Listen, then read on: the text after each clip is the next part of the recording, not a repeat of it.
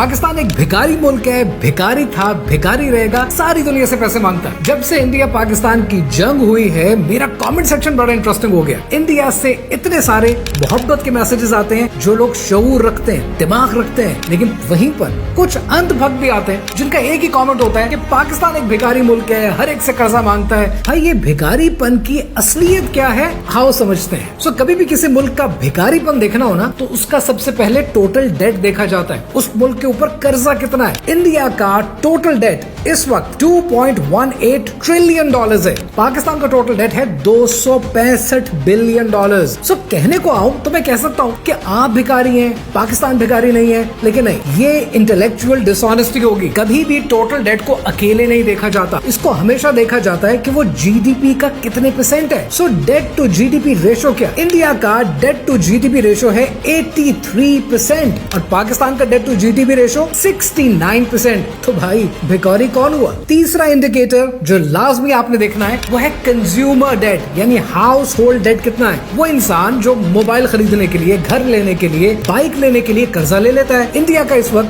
House hold date है 617 billion dollars और पाकिस्तान का हाउस होल्ड डेट है 8 बिलियन डॉलर्स। इंडिया का ये हाउस होल्ड डेट इंडिया के जीडीपी का 17% है और पाकिस्तान का हाउस होल्ड डेट पाकिस्तान के जीडीपी का 2% है। तो भाई भिखारी कौन हुआ? ये सब चीजें मेरे लिए मैटर नहीं करती हैं। जो चीज सबसे ज्यादा अलार्मिंग है, सबसे ज्यादा मैटर करती है, वो है इंडिया का जीडीपी। इंडिया का इस वक्त जीडीपी जो रिपोर्ट होता है वो 3.5 ट्रिलियन डॉलर्स है, द शाइनिंग इंडिया। लेकिन इसकी हकीकत क्या है, आइए समझते हैं। 2014 में जब मोदी की गवर्नमेंट आई तो उन्होंने सबसे पहला काम क्या किया? जीडीपी की कैलकुलेशन का मेथड ही चेंज कर दिया। इंटरनेशनल मेथड पे चले गए, जिस मेथड के तहत उन्होंने फैक्टर कॉस्टिंग को छोड़कर मार्केट प्राइसेस को अडॉप्ट कर लिया। अब इसमें बुराई कोई नहीं है, इंटरनेशनल स्टैंडर्ड है, लेकिन जो बुराई इंडिया ने की है ना, वो ये कि अपनी 45% इनफॉर्मल इकोनॉमी को कैलकुलेट ही नहीं किया। अब इससे नुकसान क्या हुआ? नुकसान ये हुआ कि इंडिया दुनिया को तो कहता रहा 7% ग्रोथ रेट है हमारा, 8% ग्रोथ रेट है, on ground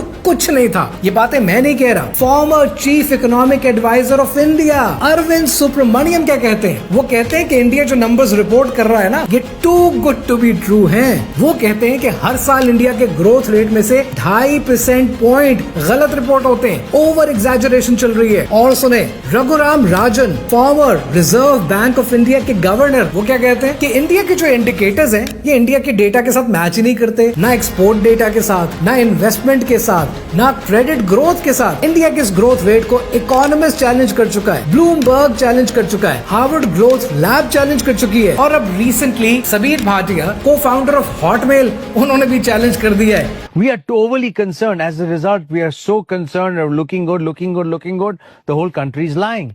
Our GDP is all wrong. इतना झूठ बोलेंगे आप? ये झूठ बोलकर आप अपने आवाम को सही फैक्ट्स बताने को तैयार नहीं है। And you've been saying it, shining India. Where exactly is it shining? All data misreported and miscalculated for political gains. भाई अब कहने पर आऊँ तो इंडिया के बारे में और भी बहुत सारे भेद खोल सकता हूँ, लेकिन फिर क्या करूँ? आप ही का गाना याद आ जाता है कि पर्दे में रहने दो, पर्दा ना उठाओ। पर्दा जो उठ गया तो भेद खुल जाएगा।